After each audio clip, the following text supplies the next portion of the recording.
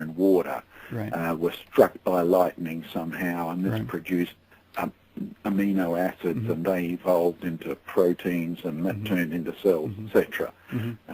But that's a story. It's an experiment done in the 1950s. Now we know it's irrelevant, simply because amino acids don't store information to make them evolve into anything. They are just bits of stuff that you can smartly glue together to make the right proteins, but if you let them react by themselves, then they don't produce any usable proteins at all.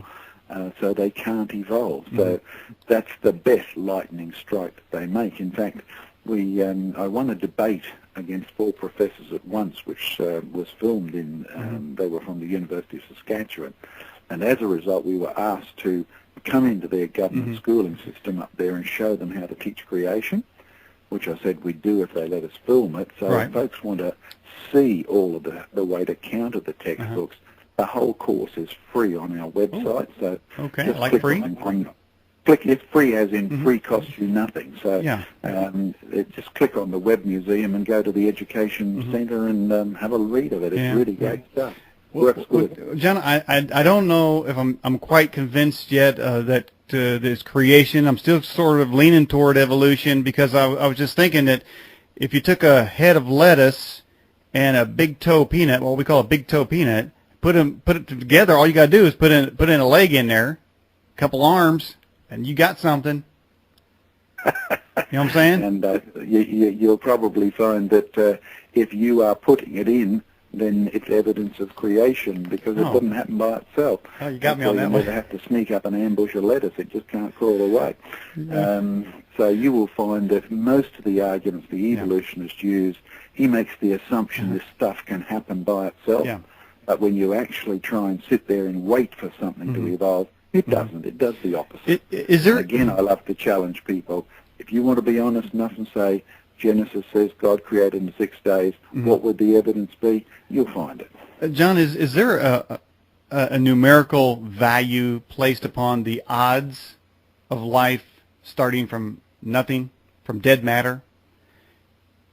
Yes, over the years they have tried to say, it'll be 1 in 10 billion or 1 in 20 billion or whatever. But one thing, I used to try and combat these mathematical numbers and say, well, no, it would be so big a number it would be impossible. But then I began to realize one thing. Real statistics is based on how many Americans are not being able to travel to the next town because the actual price of gas is this real figure, right? And so 20% of Americans are traveling less. That's real statistics. When you say it's possible that on the basis of a lightning strike the odds would be 1 in 20,000, no, the odds in reality are 0. 0 is what you observe when it happens. 0 is what we observe when you try and do it in the lab. So those sort of figures are meaningless, and the only probability for this is 0 in reality. So you don't even fool with those numbers. And Not anymore, because I point out what the false logic is behind them. I mean, you've been around in politics long enough to know that when politicians have weak argument, they shout louder and add big numbers. And it fools most people until you say, hey, whoa, stop. Where'd you get that number from? Well, John, obviously... They make it up. Obviously, being from down under there, and you've obviously been around a lot of places between Australia and the United States. Which country do you see leaning more toward creation versus evolution? Well, Australia's traditionally not had a Christian culture in the same way. Say I'm south of the Mason-Dixon line. I can still go into many government schools here, and the issue of creation is not a problem. In Australia, we've had a British-type society which had a Christian mentality, but our society grew up, based on a convict settlement, so pretty rough, tough, do-it-yourself. So 70% of people would could say they were Christians, but only 3 or 4% would go to church. So it's quite a different society. But nevertheless, because there's a lot of ruralness, a lot of countryside living, which most Americans like, that's real Australia. In the bush, you realise, hey, I can't make anything happen. It produces its own kind. There's a creation sense there. Now, in the USA, in the southern half, you'll find quite a significant number of people, a vast majority, in fact, believe in creation, despite what's in the official textbooks. In the northeast, it will be the least, up in some of the liberal areas where liberals dominate politics as well as education. Yeah. And you will find in the central western states there's a very strong concept of creation. Have you... By the time you get to San Francisco, it's down to 3%. I imagine so.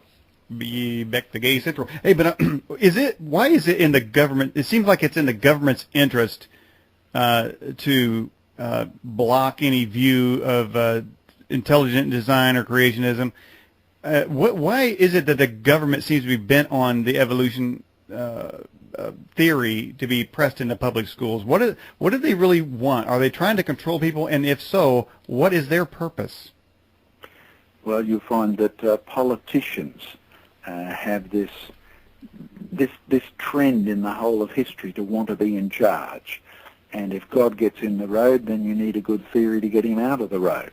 And you just simply tell the people what you need to tell them to make sure that you are left in charge. So hence Al Gore's theory, the world is in a terrible state, you caused it, we'll increase your taxes, we'll fix it, trust us, right? Right. We won't tell you all the facts about, what's really happening with polar bears.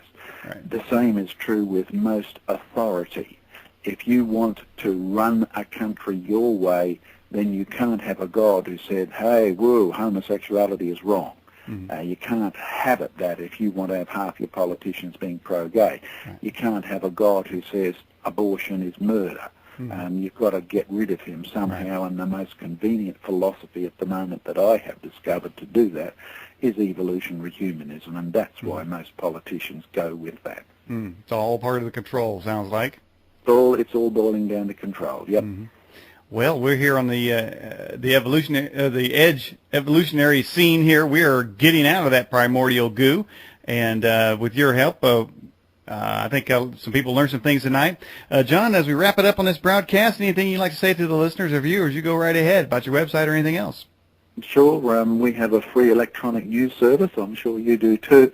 But if you just go to our website and click on Evidence News, you'll find it's again free and a great service every couple of weeks with the latest information on creation, evolution, and lots of interesting DVDs of the debates too. You can get some of those. They're actually online, and some of them you have to pay for, but that's what keeps us out here, and we'd encourage you to do that, and that's creationresearch.net, and thank you, Daniel. It's been a great night. See you on creationresearch.net sometime. All right.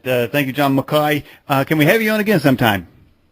Yep, whenever I'm around, just keep in touch on email and you'll find out when. All right, and how did I do with your name tonight? You did pretty good, mate, for an American. And usually, you can blame the English because they couldn't say MacKayoigh. But anyway, we get MacKay so often, and I've gotten used to it over here. MacKay. But you've done real well, 9 out of 10 so far. Well, we haven't fully evolved in our language, so we're working on it. Well, you got a bad bit of the Tower of Babel, the Boston Harbor, take your pick. Okay. All right then, John. Hey, thanks for calling and good evening.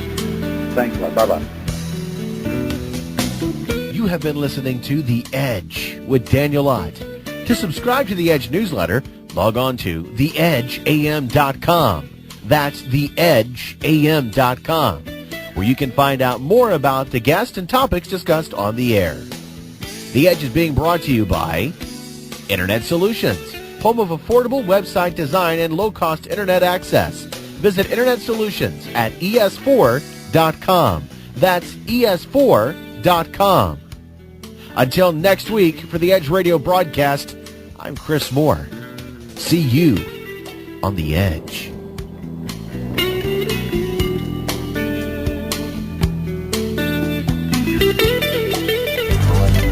News on the USA Radio Network is next.